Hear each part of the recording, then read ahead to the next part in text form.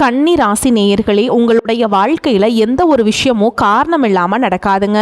இந்த வீடியோ உங்கள் கண்களுக்கு முன்னாடி வந்திருப்பதும் ஒரு சின்ன அறிகுறி தான். நீங்கள் சமீப காலமாக யோசிச்சுட்டு இருக்கும் விஷயங்கள், அதுக்கான பதில் தேடுற அந்த மனசு, இது எல்லாம் வீணாக போகலைங்க. என்ன நடக்க போகுது, நான் சரியான பாதையில் தானா இருக்கேன்னு உங்களுக்குள்ள எழும் கேள்விகள், அதுக்கான விளக்கம் இங்கே ஆரம்பம் ஆகுதுங்க. வாழ்க்கை கொஞ்சம் மெதுவாக போகிற மாதிரி தோணலாம், ஆனால் அது நின்று போகலைங்க. அது உங்களை சரியான நேரத்துக்கும் சரியான இடத்துக்கும் கொண்டு போய்கிட்டே இருக்கு. இந்த நேரத்தில் ஒரு சின்ன விஷயம் நீங்க செய்யணுங்க. தினமும் காலையில் உங்க குலதெய்வத்துக்கு ஒரு விளக்கேத்துங்க. அந்த ஒளி உங்க வாழ்க்கையில் இருக்கக்கூடிய குழப்பத்தையும் இருளையும் அகற்றும். நம்பிக்கையோடு அந்த ஒரு அடியை எடுத்து வைங்க. கன்னிராசி நேயர்களே, பரமசிவனின் கருணை உங்களை பாதுகாக்குது. முருகப்பெருமானின் அருள் உங்களுக்கு துணை நிற்குது. இனி நீங்க எடுக்கும் ஒவ்வொரு முடிவும் உங்களை வெளிச்சம் இருக்கும் பாதைக்கு தான் கூட்டிச் செல்லும்.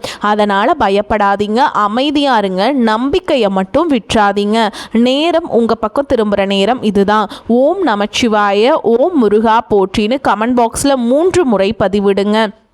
இன்னும் நம்ம சேனலை சப்ஸ்கிரைப் பண்ணலன்னா மறக்காமல் சப்ஸ்கிரைப் பண்ணிக்கோங்க. உங்கள் ராசிக்கான பலனை பார்க்கலாம் வாங்க.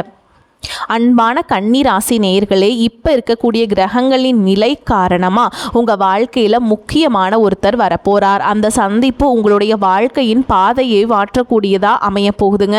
அதோட உங்கள் வாழ்க்கையில் மிக முக்கியமான திருப்பு முனை ஏற்படக்கூடிய காலமாகவும் இது இருக்கும். தொழில், பணம், குடும்ப வாழ்க்கை, ஆரோக்கியம் போன்ற விஷயங்களில் உங்களுக்கு என்ன மாதிரியான மாற்றங்கள் இருக்கும், எந்தெந்த விஷயங்களை நீங்கள் கவனமாக இருக்கணும் அப்படிங்கிறத பற்றி தான் இந்த வீடியோ பதிவில் பார்க்க போகிறோம். இந்த வீடியோவை ஸ்கிப் பண்ணாமல் கடைசி வரைக்கும் பாருங்க. நீங்க செய்ய வேண்டிய ஒரு எளிமையான பரிகாரத்தையும் இந்த வீடியோவின் கடைசியில் சொல்ல போறேன். 100% வெற்றி உங்களுக்கு கிடைக்கும். எதிர்கால பத்தி சிந்திக்கும் பொழுது உங்களுக்கான லட்சியத்தை நீங்க முடிவு செய்யணும். எதை நோக்கி உங்களுடைய வாழ்க்கை பயணம் இருக்க போகுது அப்படிங்கிறத தீர்மானிச்சுட்டு அதற்கப்புறம் நீங்க செயல்ல இறங்கணுங்க.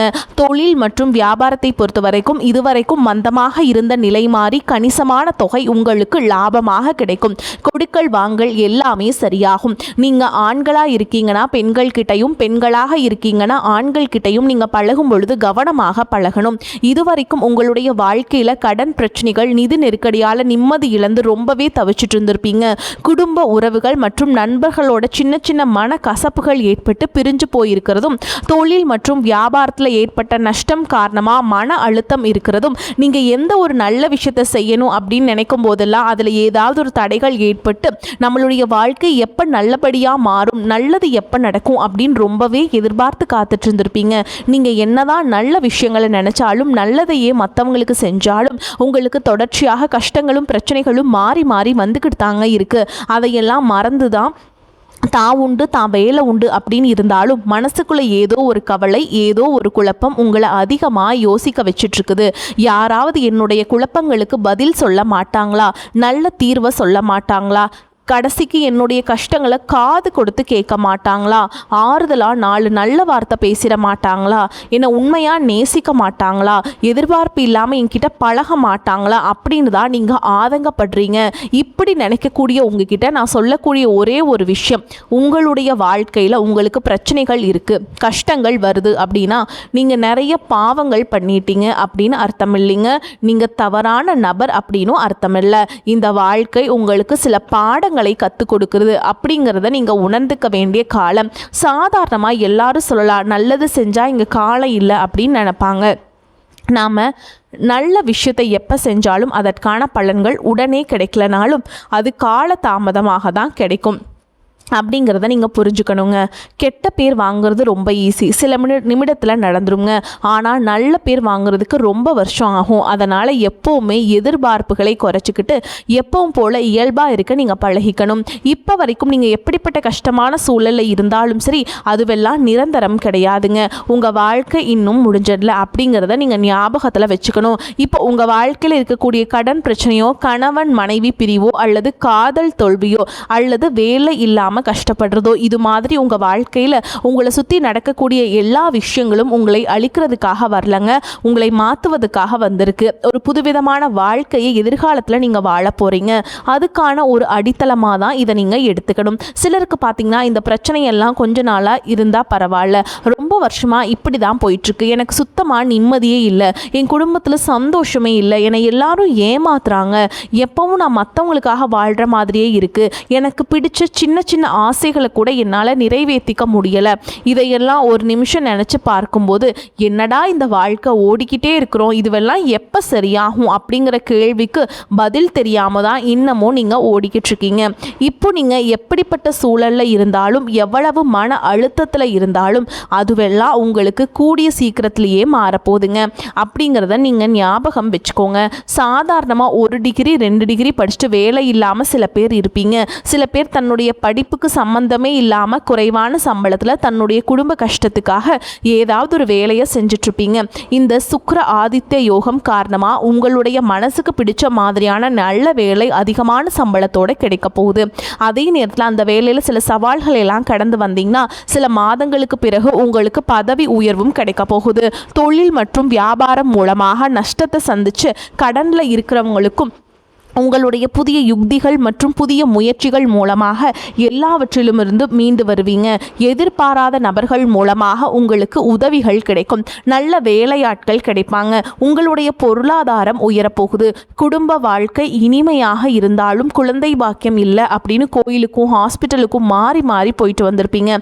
சரியான புரிதலோடு சரியான மருத்துவ சிகிச்சைகள் மற்றும் குலதெய்வத்திற்கு பொங்கல் வச்சு வழிபாடு செய்வது, ஆரோக்கியமான விஷயங்களை செய்வதன் மூலமாக இந்த வருடத்தின் இறுதிக்குள்ள நிச்சயமா உங்களுக்கு குழந்தை பாக்கியம் கிடைப்பதற்கான வாய்ப்புகள் இருக்கு.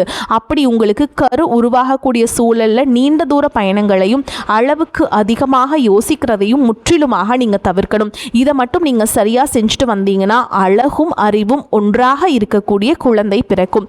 இது நாள் வரைக்கும் நீங்க என்னதான் பாசிட்டிவா இருந்தாலும் உங்களுடைய மனசுல நெகட்டிவான எண்ணங்கள் வந்து எந்த ஒரு காரியத்தை செஞ்சாலும் அதுல உங்களுக்கு ஒரு முழு திருப்தி இல்லாத மனநிலையை தந்திருக்கும். அதனாலேயே உங்களுக்கு மனதளவில் பல சோதனைகள் எல்லாமே வந்திருக்கும். உங்களுடைய கடின உழைப்பால் உங்களுக்கு வருமானம் அதிகமாக வரக்கூடிய சூழல் இருந்தாலும் வருமானத்தையும் மீறி அதிகமாக கடன் வாங்கி செலவு செய்யக்கூடிய சூழல்களும் வந்திருக்கும். சில இடங்களில் மற்றவங்களுக்கு கடனாக பணத்தை கொடுத்துட்டு அதை திரும்ப வாங்க முடியாமல் ரொம்பவே மன உளைச்சலுக்கு ஆளாகி இருப்பீங்க. இதனாலேயே குடும்பத்திலையும் சரி தொழிலையும் சரி உங்களுக்கு நிம்மதி இருந்திருக்காது. உடல் ஆரோக்கியத்தை பொறுத்த வரைக்கும் 50 வயசுக்கு மேலே இருக்கவங்க ஏதாவது உடல் பிரச்சனை காரணமாக மருந்து மாத்திரைகளை அதிகமாக சாப்பிடுவீங்க. ஆனால் அது குணமடையாமல் தொடர்ந்து பிரச்சனைகளை கொடுத்துக்கிட்டே இருந்திருக்கும்.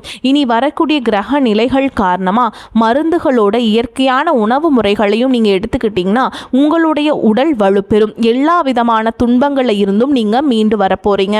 உங்களுடைய வாழ்க்கையில மற்றவங்க அவங்களுடைய சுயநலத்துக்காக தெரிஞ்சே உங்களுக்கு சில துரோகங்களை எல்லாம் செஞ்சிருப்பாங்க. மற்றவங்க செஞ்ச தப்புக்கு நீங்களே பழி ஏத்துக்கிற மாதிரி இருந்திருக்கும். ஒரு விஷயத்தை நல்லா புரிஞ்சுக்கோங்க, சிலரை மாற்ற முடியாது, ஆனால் நம்மளை நம்ம மாற்றிக்க முடியும். உங்களுடைய வாழ்க்கையில் ஒவ்வொரு நிலையிலையும் ஒவ்வொரு நாளும் ஒவ்வொரு செயலுக்கும் ஒவ்வொருத்தருடைய விமர்சனத்துக்கும் பதில் கொடுத்துட்டு இருக்க முடியாதுங்க. இயற்கைக்கும் கடவுளுக்கும் நம்மளுடைய மனசாட்சிக்கும் உண்மையாக இருந்து யாரோட மனசையும் புண்படுத்தாமல் நம்ம அடுத்த நிலையை நோக்கி போய்கிட்டே இருக்கணுங்க. நீங்கள் பெருசாக மதித்த சில உறவுகள், உயிராக நினைக்கக்கூடிய சில மனிதர்கள், எதிர்காலம் அப்படின்னு நினச்சிட்டு இருக்கக்கூடிய குழந்தைகளும் ஆதரவாக இருக்கக்கூடிய குடும்பமுமே உங்களுக்கு பல கஷ்டங்களை எல்லாமே கொடுத்துருக்காங்க. இவ்வளவு வழிகளையும் வேதனைகளையும் கடந்து இன்னமும் நீங்க ஓரளவுக்கு நல்லா இருக்கீங்கன்னா அதுக்கு மிக முக்கிய காரணம் நீங்க கடவுள் மேல வச்சிருக்கிற நம்பிக்கையும் இதுவரைக்கும் நீங்க செஞ்ச நல்ல விஷயங்கள் தான் காரணம். அப்படிங்கிறத புரிஞ்சுக்கோங்க. உங்களை பொறுத்த வரைக்கும் இந்த வாழ்க்கையில நீங்க பெருசா எதையுமே ஆசைப்படல. ஆரோக்கியமான சாப்பாடு, தனக்குன்னு சந்தோஷமான நல்ல குடும்பம், மனசுக்கு பிடிச்ச வீடு, தேவைகளை எல்லாம் பூர்த்தி செய்யக்கூடிய அளவுக்கு வருமானம் கொடுக்கக்கூடிய வேலையோ தொழிலோ இது இருந்தா போதும். உடல் ஆரோக்கியமாகவும் நிம்மதியான தூக்கமும் இருந்தா போதும் அப்படின்னு தான் நினைக்கிறீங்க. உங்களுக்கு இந்த அடிப்படையான விஷயங்கள் ஓரளவுக்கு கிடைச்சாலும் மனசுல நிம்மதி இல்லாததுனால உங்க முகத்திலையும் தேஜஸ் இல்லை. இதுக்கப்புறமாவது இந்த வாழ்க்கையை நல்லா என்ஜாய் பண்ணணும் அப்படின்னு நீங்க ரொம்பவே நம்பிக்கிட்டு இருக்கீங்க. நடக்கிற விஷயங்கள் எல்லாம் பாதி தான் நிறைவேறுது. அதனாலேயே உங்க வாழ்க்கை கனவு மாதிரி ஒரு பிடிப்பே இல்லாம தான் போயிட்டு இருக்கு.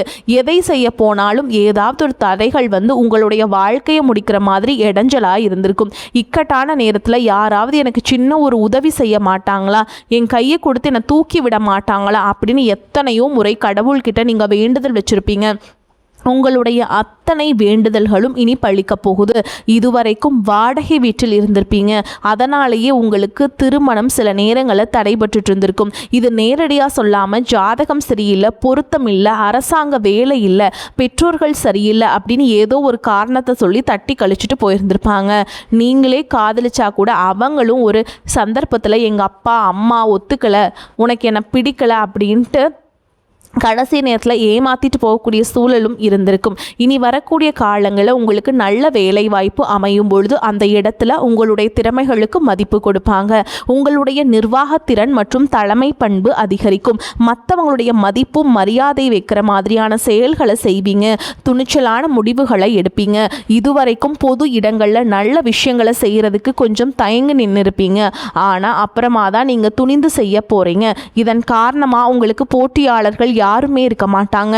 எதிரிகள் யாரும் குறுக்க வர மாட்டாங்க. உங்களுடைய முன்னேற்றத்தை தடுத்து நிறுத்த இங்கே யாரும் இருக்க மாட்டாங்க. புதனும் சுக்கிரனும் உங்களுடைய பேச்சு திறமைக்கு காரணமாக இருக்க போகிறாங்க. இதுவரைக்கும் நீங்கள் பேசின பேச்சை விட இனி எல்லார்கிட்டையும் நம்பிக்கையோடு பேச போகிறீங்க. உங்களுடைய பேச்சில் ஒரு காந்த சக்தி இருக்க போகுது. புத்திசாலித்தனமான முடிவுகளை எடுப்பீங்க. உங்களுடைய நண்பர்கள் வட்டம் விரிவாக போகுதுங்க. குடும்பத்தில் நெருங்கிய உறவுகள் மரணத்தால் மன வலியை இழந்து ரொம்பவே கஷ்டப்பட்டுட்டு இருந்திருப்பீங்க. இதற்கு பிறகு மன வலிமையோடு எல்லா காரியங்களையுமே நீங்கள் செய்ய போகிறீங்க. குரு பெயர்ச்சிக்கு பிறகு உங்களுக்கு நல்ல வாழ்க்கை துணை அமைய போகிறாங்க. அதுவும் கை நிறைய சம்பளம் வாங்கக்கூடிய அழகான வாழ்க்கை துணை அமைவாங்க. உங்களுடைய 2 பேருடைய வருமானமும் உங்கள் குடும்ப பொருளாதார சூழலை உயர்த்த போகுது. திருமணம் முடிஞ்சதுக்கு அப்புறம் புதிதாக உங்களுக்கு சொந்த வீடு வாகனம் எல்லாமே சாத்தியமாகும். வெகு விரைவிலேயே நீங்கள் நினைச்ச மாதிரியான வாழ்க்கையை நீங்கள் வாழ போகிறீங்க. நீண்ட காலமாக உங்கள் குடும்பத்தில் வாழ்க்கை துணையின் உறவுகள் மூலமாக நிறைய பிரச்சனைகள் எல்லாமே சந்திச்சுட்டு வந்துட்டு இருந்திருப்பீங்க. நீண்ட காலமாக உங்களுக்கு பிரச்சனைகளை கொடுத்து கொண்டு வந்த உங்களுடைய வாழ்க்கை துணையின் உறவுகள் உங்களை விட்டு விலகி இருக்க போகிறாங்க. அவங்க செஞ்ச பாவங்களுக்கும் மனசாட்சி இல்லாமல் நடந்துக்கிட்டதுக்கும் சரியான தண்டனை கிடைக்க போகுது. இதற்கு பிறகு குற்ற உணர்ச்சியால் அவங்களே உங்ககிட்ட மன்னிப்பும் கேட்க போகிறாங்க.